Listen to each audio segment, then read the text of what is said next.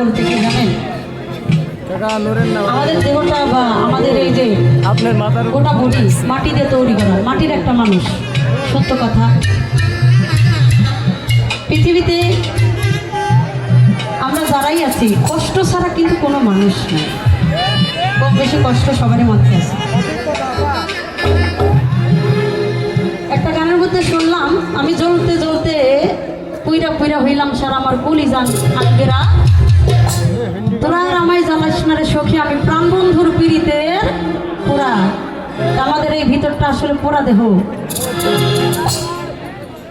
তো বিচ্ছেদন কার জন্য? যার ভিতরটা দেহটা পুড়ে পুড়ে আঙ্গা হয়ে গেছে। তো সেখান থেকে আমরা আমার মেয়ে গাইবো। হ্যাঁ, মাটির একটা